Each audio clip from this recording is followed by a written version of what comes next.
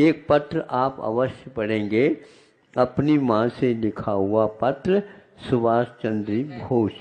हाँ, ये आपको इसके साथ दिया जाएगा, पढ़ लीजिए।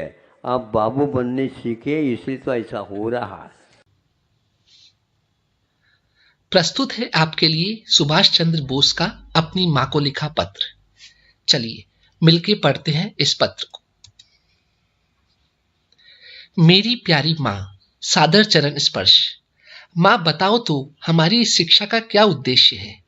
मेरे लिए इतना धन व्यय कर रही हो, दोनों समय गाड़ी से स्कूल भेजती हो, एक दिन में 4-4 बार भर पेट भोजन कराती हो, सुंदर वस्त्र पहनाती हो, नौकर नौकरानी रखती हो। मैं सोचता हूं कि मेरे लिए तुम इतना कष्ट क्यों उठाती हो। विद्यार्थी जीवन समाप्त होने पर हमें कर्म क्षेत्र में प्रवेश करना है। फिर हम जीवन भर गधे की भांति परिश्रम करेंगे और अंत में हमारा देहांत हो जाएगा। मां, आप जीवन में मुझे किस क्षेत्र में कार्य करते देखकर प्रसन्न होंगी। मुझे ज्ञात नहीं कि आपकी आकांक्षा क्या है। बड़ा होने पर मैं किस पद पर नियुक्त हूं जिससे आपको प्रसन्नता होगी। मां, क्या जज, मैजिस्ट्रेट, बैरिस्टर अथवा किसी शासकीय पद पर मेरे नियुक्त होने से आपको सर्वाधिक प्रसन्नता होगी। जन, धन, कुबेर समझकर लोग मेरी पूजा करेंगे, तब आपको आनंद मिलेगा। बहुत साधन, गाड़ी घोड़ा मोटरें होगी, बहुत से नौकर चाकर और विशाल भवन होगा, बड़ी जमींदारी होगी, तब आपको सुख मिलेगा। अथवा दरिद्र होकर भी मैं विद्वान और गुणी व्यक्तियों के द्वारा सम्मानित होऊंगा, तब आपको प्रसन्नता होगी। मेरी तीव्र इच्छा है कि आप मुझे बताएं कि मुझे कैसा देखकर आपको प्रसन्नता होगी। दया में प्रभुवर ने हमें मनुष्य योनि में जन्म दिया है और स्वस्थ शरीर, बुद्धि, शक्ति और प्रदान की है।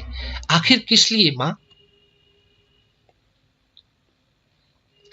ईश्वर ने अपनी पूजा के लिए ही मनुष्य को ये दुर्लभ गुण दिए होंगे, किंतु हम उसकी पूजा कब करते हैं? दिन में एक बार भी हृदय से स्मरण नहीं करते।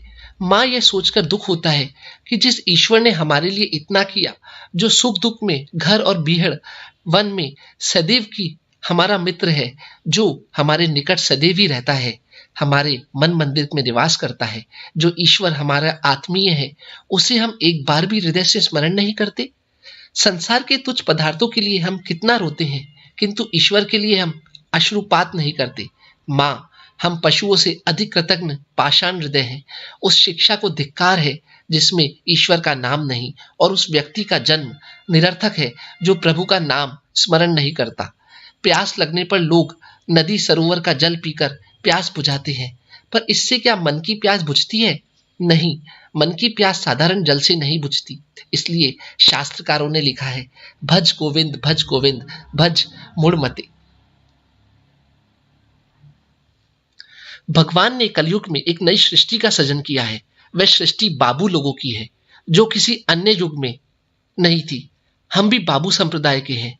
प्रभु के लिए 2 पैर हैं, किंतु हम 20-20 कोस पैदल नहीं चल सकते, क्योंकि हम बाबू हैं।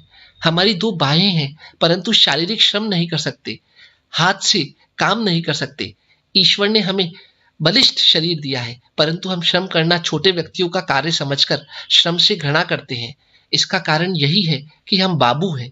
हम सब काम नौकरों से करवाते हैं, हाथ पैर चलाते हैं, में कष्ट होता है। हम बाबू हैं कि गर्म देश में जन्म लेकर भी हम गर्मी सहन नहीं कर सकते। साधारण ठंड से हम इतना घबराते हैं कि सारे शरीर को वस्त्रों के बोझ में लाद लेते हैं, क्योंकि हम बाबू हैं। हम प्रत्येक स्थान पर अपने को बाबू कहते हैं, किंतु वास्तव में हम मनुष्यता से दूर हैं। मनुष्य के रूप में निरे पशु हैं, पशु से भी अधम है, क्योंकि हमारे पास ज्ञान है, विवेक है, पशुओं के पास वह भी नहीं है। हम जन्म से ही सुख विलास में घोषित होने के कारण तनिक सा भी कष्ट नहीं सहन कर सकते।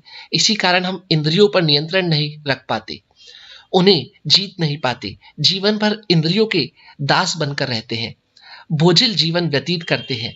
हम पढ़ रहे हैं, आगे नौकरी का लालच और धन का लोभ रहने पर हमारी शिक्षा का क्या होगा? क्या हम वास्तव में मानवता के अधिकारी बन सकेंगे? आपका क्या विचार है? हम और हमारा देश प्रतिदिन पतन के गर्त में गिर रहे हैं। कौन हमारा उद्धार करेगा? बंगालियों का उद्धार केवल बंग माताएं कर सकती है। शेष शुभ, आपका सेवक सुभाष। यह था सुभाष चंद्र बोस का अपनी मां को लिखा पत्र। गुलामी में अभी तक जकड़ी हुई हमारी शिक्षा व्यवस्था के लिए कहने की आवश्यकता नहीं, करने की आवश्यकता है।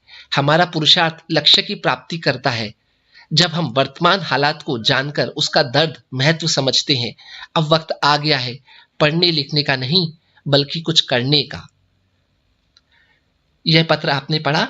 और अधिक आचार्य श्री की राष्ट्रीय देशना प्राप्त करने के लिए आप Acharya Shri Vidyasagar mobile app install कर सकते हैं और विद्यासागर.गुरु वेबसाइट खोलकर राष्ट्रीय देशना पढ़ सकते हैं। जय जिनेंद्र।